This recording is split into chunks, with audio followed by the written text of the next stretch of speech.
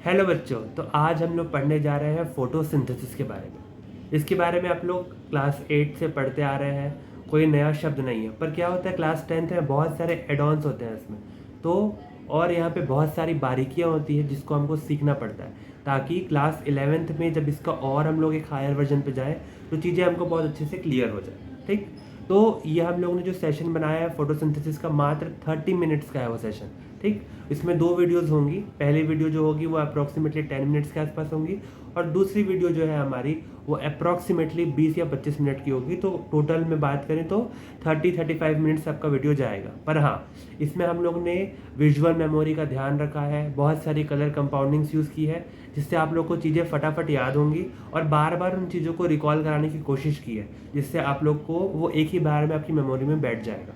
और जितने भी डाउट्स होते हैं बच्चों के, ट्राई किया है कि उसको कवर किया जा सके। तो आई होप आपको वीडियो पसंद आएगा। भैया 10वीं को लाइक, शेयर और सब्सक्राइब कर दीजिए और फॉलो कर लीजिए। कमेंट्स में अपने डाउट्स बता दीजिएगा, और कैसे लग रहे हैं वीडियो वो भी बता दीजिएगा। Thank you. तो फोटोसिंथेसिस, जैसे हम लोग को ऑलरेडी पहले से हम लोग जान चुके हैं कि फोटो मतलब होती है लाइट, और सिंथेसिस मतलब होता है किसी चीज़ की फॉर्मेशन। तो यहाँ पे हम लोग किस चीज़ की फॉर्मेशन करेंगे? फूड की फॉर्मेशन हम लोग करेंगे। तो फोटोसिंथेसिस में हमारे पास फूड की फॉर्मेशन हो रही है। अच्छा, अब इससे एक क्वेश्चन जनरेट होता है कि जब यहाँ पे किसी चीज़ की फॉर्मेशन हो रही है तो ये किस तरह की प्रोसेस होगी? एनाबॉलिक होगी कि कैटाबॉलिक होगी? सो डेफिनेटली मुझे लगता है आप लोग का आंसर यही होगा कि ये एनाबॉलिक होगी। क्यों? बिकॉज यहाँ पे फॉर्मेशन हो रहा है। ठीक, एनाबॉलिज्म क्या होता है? जब जहाँ पे किसी चीज़ की एडिशन या फॉर्मेशन हो रही होती है, तो फॉर्मेशन ऑफ फूड यहाँ पे हो रहा है, इसलिए हम लोग क्या कह रहे हैं, ये एक एनाबॉलिक प्रोसेस है। ठीक, अब आगे चलते हैं। अच्छा सर, इतने साल से तो पढ़ते आ रहे हैं, एक बार फिर से देख लेते हैं कि फोटोसिंथेसिस आखिर होता क्या है। पर हम लोग यहाँ पे थोड़ी सी चीज़ों को मैंने एक्स्ट्रा बताया, उसको आप लोग ध्यान देंगे। ठीक, देखिए, तो बेसिकली कुछ नहीं है, द सिंथेसिस ऑफ ग्लूकोज। अब ग्लूकोज क्या है बच्चों? ये सिंपल शुगर है या ऑर्गेनिक कंपाउंड है? Always remember, organic compound. ठीक, जिस पॉइंट को हाईलाइट कर रहे हो उसको ध्यान से सुनना। फ्रॉम किससे बना रहे हैं हम लोग? CO2 यूज़ कर रहे हैं और वाटर। अब ये दोनों क्या है हमारे? इनऑर्गेनिक कंपाउंड है। ये जो C लिखाया हुआ है ये कंपाउंड का है ना, तो ये इनऑर्गेनिक कंपाउंड है। कौन कर रहा है? By cells of green plant. Green plants के जो सेल्स हैं वो कर रहे हैं। कौन से सेल्स होते हैं ये मेनली? हमारे पास मीजोफिल सेल्स होते हैं। ठीक, ठीक, इन द प्रेजेंस ऑफ, किसकी प्रेजेंस चाहिए हमको? क्लोरोफिल चाहिए, और लाइट एनर्जी। लाइट एनर्जी कहाँ से आएगी हमारे पास? सन से आएगी। तो हमने क्या, अगर इसको हम लोग इक्वेशन फॉर्म में देखें कि क्या होता है ये, तो हम लोग देख रहे हैं कि CO2 और वाटर का यूज़ किए हैं in the presence of chlorophyll and sunlight, तो हमारे पास ग्लूकोज और की फॉर्मेशन हो रही है, और ऑक्सीजन गैस का यहाँ पे लिबरेशन हो रहा है।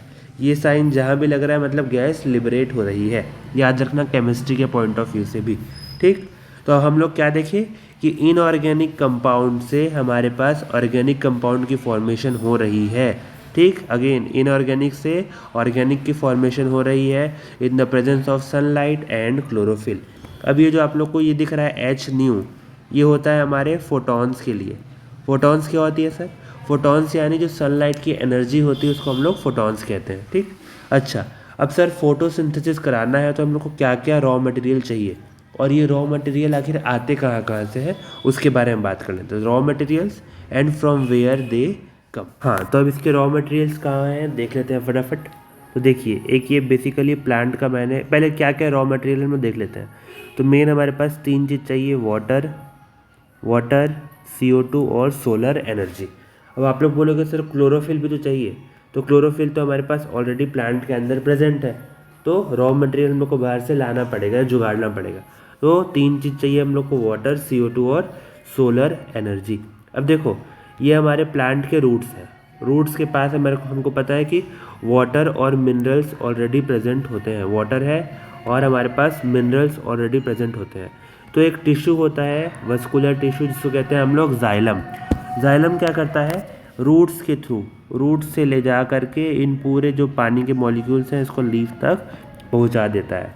तो पहला हमारा क्या था? वाटर। वाटर को कौन लेके जा रहा है? जाइलम।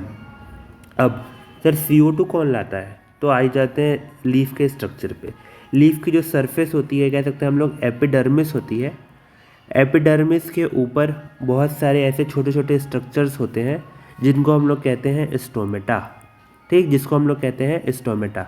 ये स्टोमेटा जो होते हैं ये गैस एक्सचेंज को अलाउ करते हैं, गैस एक्सचेंज को, यानी बाहर से CO2 को अंदर लाते हैं और अंदर से जो O2 की फॉर्मेशन होती है फोटोसिंथेसिस के दौरान उस O2 को बाहर एनवायरनमेंट में रिलीज़ करते हैं। तो ओके सर, समझ में आ गया कि CO2 कहाँ से आ रहा है, हमारा स्टोमेटा ला के दे रहा है। अब सर सोलर एनर्जी का क्या है भाई, सोलर एनर्जी के लिए पूछोगे तो मारूंगा।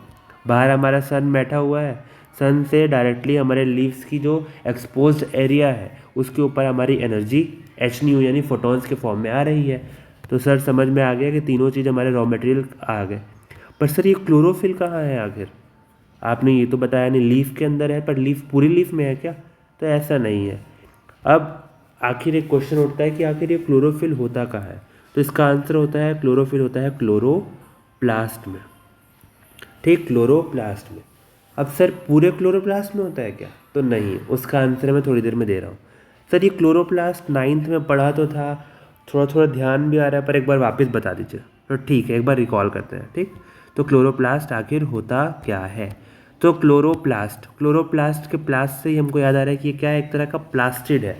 अब क्योंकि इसके अंदर ग्रीन पिगमेंट है क्लोरोफिल, इसलिए ये किस तरह का प्लास्टिड है, ग्रीन प्लास्टिड। सर प्लास्टिड सुना हुआ था, एक ऑर्गेनिल तो होता है, डबल मेम्ब्रेन का भी होता है, तो इसका काम क्या होता है, तो इसका काम होता है खाना बनाना यानी फूड की सिंथेसिस, फूड को स्टोर करना, और इसके अंदर अलग अलग पिगमेंट्स भी होते हैं। ओके सर, ये जो क्लोरोप्लास्ट बोल रहे थे ये मीजोफिल सेल्स में पाया जाता है सिर्फ, तो ऐसा नहीं है, मेनली हम लोग बोल रहे हैं कि मीजोफिल सेल्स में होता है, पर ये और भी कुछ कुछ पार्ट ऑफ प्लांट्स में या लीफ में हम लोग को देखने मिल जाता है, ठीक, कभी कभी, पर मेनली अगर ध्यान देना है तो हम लोग बोलेंगे मीजोफिल सेल्स में ही, ठीक।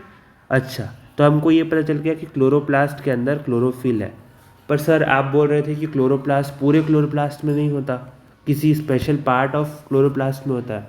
तो हाँ बच्चों, आप लोग को अच्छे से चीज़ें समझ में आई हैं। आइए समझते हैं कि क्लोरोफिल कहाँ होता है, उसके लिए पहले देखते हैं, लेट्स सी कि क्लोरोप्लास्ट दिखता कैसा है। तो देखो इस तरह का स्ट्रक्चर, सर ये क्या बना दिया आपने, कुछ समझ नहीं आ रहा है, तो ठीक है बच्चों, मैं आप लोग को फटाक से समझा देता हूँ। देखो हम लोग ने कहा कि क्लोरोप्लास्ट एक डबल मेम्ब्रेनस स्ट्रक्चर है, तो ये वाली हो गई हमारी आउटर मेम्ब्रेन, और ये अंदर वाली हो गई हमारी इनर मेम्ब्रेन, इनर मेम्ब्रेन। अब देखो इन दोनों के बीच में ये हम लोग को गुलाबी, सॉरी इस कलर का ये स्पेस दिख रहा है येलो कलर का आप लोग को, इन दो लेयर्स के बीच में, इस लेयर और इस लेयर के बीच में ये स्पेस दिख रहा है आप लोग को, इसको हम लोग कहेंगे इंटर